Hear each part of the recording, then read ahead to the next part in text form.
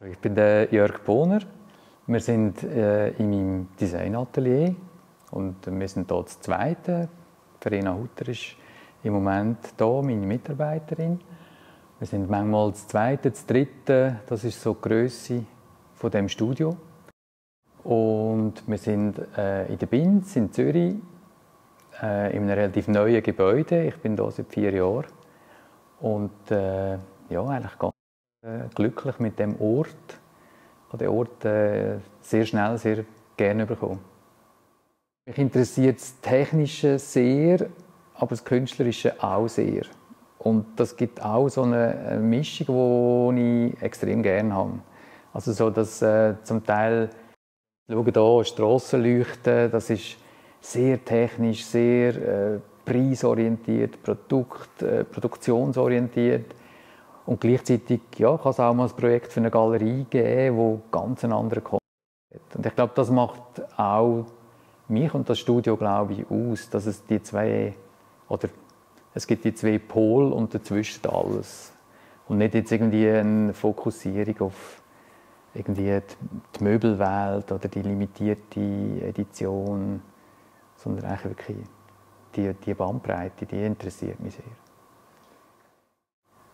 Es gibt vielleicht, wenn man jetzt ein ganz aktuelles Beispiel nimmt, ich habe eine Leiter gemacht für die Galerie Mark Müller Ende letzten Jahr. Die ist wirklich ganz neu und frisch. Und die besteht eigentlich aus gefundenem Holz aus dem Wald im Tessin und sind eigentlich alles Fundstücke. Und das ist eine komplett andere Welt, als wenn wir jetzt zurück auf die Strassenleuchten gehen. Strassenleuchten, die jetzt eben im Museum steht zum Beispiel, ist industriell gefertigt, ist ein italienischer Kunde, hat klare Bedingungen, auch preislich zum Beispiel. Und es geht viel um Produktionsmethodik. Man hat im Entwurf vielleicht ein relativ enges Korsett, aber dort ist man dann doch irgendwie auch gefordert und hat ganz viele interessante Momente drin. Und auf der anderen Seite die Leiter, das ist irgendwie ein völliges Freestyle-Projekt. Also da gibt's, der Kontext ist eigentlich, dass es eine Galerie ist am Schluss, was drinnen steht und dass die Leute eher aus dem Kunstkontext die Ausstellungen anschauen und sich allenfalls interessieren für so ein Objekt. Und ich glaube, das ist so vielleicht die Bandbreite oder die Klammern von den Sachen. Was ich sehr gerne habe, ist mit Leuten sehr langjährig zusammenarbeiten. Ich bin, glaube ich, wie ein treues Hündchen. Ich bin irgendwie gerne mit Leuten lang zusammen. Ich finde es mega interessant, wenn man sich kennenlernt und dann eigentlich wie kann vertiefen und Sachen verstehen. Und das reicht, ja, das sind halt wirklich ganz unterschiedliche Firmen. Wenn wir jetzt Schetti-Leuchten, die hier hinten dran stehen, dann ist das in erster Linie mal eine Metallwarenfabrik, die produziert und wo sehr einen offenen Geist hat, auch in die Designwelt, aber per se noch nicht einfach so in der Designwelt von Anfang her gestanden ist, sondern irgendwie aus lauter Interesse sich in die Richtung bewegt, langsam und eigentlich sehr sicher. Und dann ist es eigentlich darum gegangen, und das ist eigentlich noch ein interessanter Moment, dann ist es eigentlich wieder darum gegangen, gut, wenn eine Metallwarenfabrik, die eine eigene Produktion hat, die sehr eine interessante Produktion hat, auch in der heutigen Zeit, also sehr gut digitalisiert und auch sehr modern, dann ist es wie die Frage, ja, wie soll die Leuchtenkollektion denn aussehen? Und dort sind wir dann wie schnell zum Punkt gekommen, dass wir gefunden haben, es muss etwas sein, wo die Kompetenz von ihnen, also die Herstellungskompetenz von ihnen, einfach, wo man voll nutzen kann. Oder? Dass man wirklich etwas entwirft, wo sie zu ganz grossen Teilen oder möglichst zu 100% bei ihnen können herstellen. Und durch das natürlich auch ein Stückchen weit ein Aushängeschild ist für das Unternehmen, dass man an diesen Leuchten ansieht, was das Unternehmen überhaupt kann. Und das hat der Entwurf ein bisschen gesteuert. Und jetzt gerade bei dieser Kollektion, die besteht ja wie aus einer Linie und aus Flächen. Und es ist sehr flächig eigentlich. Und das ist etwas, was mich sowieso total interessiert, aus der Fläche ins Dreidimensionale zu gehen. Und das ist auch etwas, was vielleicht auch viele Produkte ein bisschen auszeichnet. Das ist, immer wieder kommt das vor, aus der Fläche in die dritte Dimension zu gehen.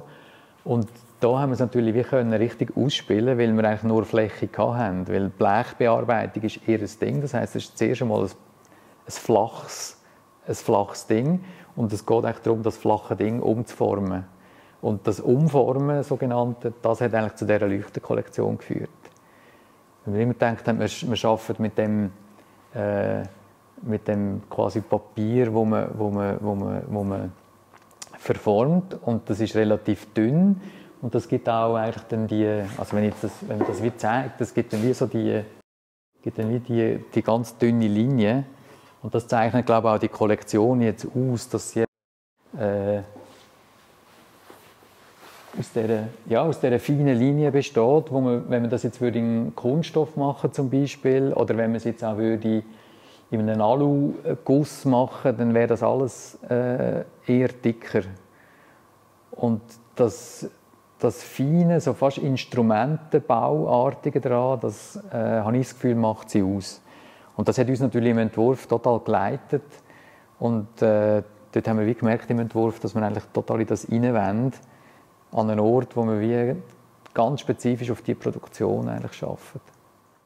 Was vielleicht bei dieser Kollektion noch wichtig ist oder so ein Merkmal, wir haben einfach wie gefunden, wir wollten Leuchten machen, die Lichtlösungen bieten. Also nicht einfach ein Leuchten im dekorativen Sinn, sondern uns überlegen, was ist mit Licht über einem Tisch. Das kann man ja von der Decke abhängen zum Beispiel, aber was ist jetzt, wenn man es nicht von der Decke abhängen kann, dann steht der Leuchter neben dem Tisch. Überlegen, wohin geht denn das Licht auf dem Tisch selber. Und vor allem, wenn man jetzt im Arbeitsbereich schafft, kommt es natürlich richtig darauf an, wie viel Licht wo ist. Und das ist ein ganz wichtiger Teil am Anfang. Und das hat dann wirklich dazu geführt, dass wir plötzlich eine Leuchtenkollektion hatten, die ganz viele verschiedene Lichtaufgaben abdeckt, aber alle mit der gleichen formalen Sprache. Und erst, als das alles gestanden ist uns aufgefallen, dass das total einzigartig ist. Es gibt fast keine Leuchtenkollektion, die über all die verschiedenen Aufgaben eine gemeinsame Sprache hat. Und das hat natürlich das Sachliche, das vielleicht so ein bisschen Uhrmacherartige, genaue, präzise, gerade. Und das ist ja, man könnte jetzt wie sagen, das ist einer der Mythen über Schweizer Design. Dass man, also das hat sich auch, glaube ich würde sagen, man tut sich sogar im Land selber den Mythos irgendwie ein bisschen zulegen, aber ich glaube, er wird auch von außen her zugeschrieben. Also das habe ich schon sehr oft erlebt, wenn man im Ausland mit jemandem redet und dann, Schweiz, ja, Schweiz ist natürlich vielleicht wie Typografie sehr präzise und sehr akkurat alles definiert. Und ich finde, für mich steht der Andreas Christen ein bisschen genau für diese Welt oder für diese Erzählung. Und mich hat es interessiert, das zu polarisieren und das zu kontrastieren mit einer ganz anderen Erzählung, die ich finde, wo im Schweizer Design viel zu kurz kommt. Und das ist die Erzählung wo jetzt eben in meinem Zimmer steht eigentlich Sophie Teuber dafür und der Christoph Hefti. Und es gibt so eine kleine Zwischenposition, wo mit dem Hannes Wettstein, seinem Stuhl, wo ich das Gefühl habe, das ist so einfach ein Positionchen, wo vielleicht das einzige Ding ist, das so ein bisschen vermittelt zwischen diesen zwei. Näher noch beim Andreas Christen ist, aber gleich auch so ein bisschen verspielter wird, aber sehr zaghaft, sehr schweizerisch zurückhaltend. Und dann eben die Sophie Teuber und der Christoph Hefti, die einfach völlig aus dem ausbrechen und komplett eine andere Geschichte erzählen.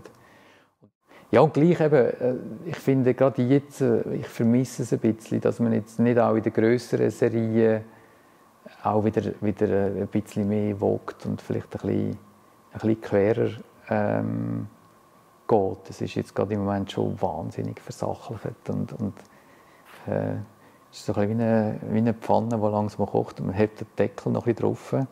Aber ich habe das Gefühl, der Deckel lüpft dann vielleicht bald einmal, wer weiß. Es gibt vielleicht jetzt auch gesellschaftliche Veränderungen, wo plötzlich neue Büchsen auftun.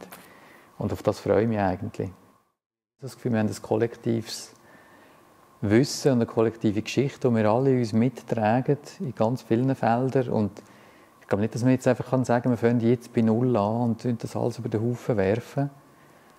Und ich habe auch das Gefühl, auch wenn es gerade im Moment nicht so in Mode ist, die Objekte und Materialien, die haben einfach wahnsinnig viel mit uns selber zu tun. Und das ist total interessant. Das ist ja das, was mich an dem hält, weil ich das Gefühl habe, es ist so eine Übersetzung von den Menschen oder von der Gesellschaft in einer gewissen Zeit. Das sind die Objekte eigentlich. Die Objekte erzählen irgendetwas über die Zeit, wo sie entstanden sind, wo sie genutzt worden sind. Und jede Zeit hat ihre Objekte. Und ich glaube, solange wir einen Körper haben, der krank werden kann, solange ist es interessant, Objekte zu machen.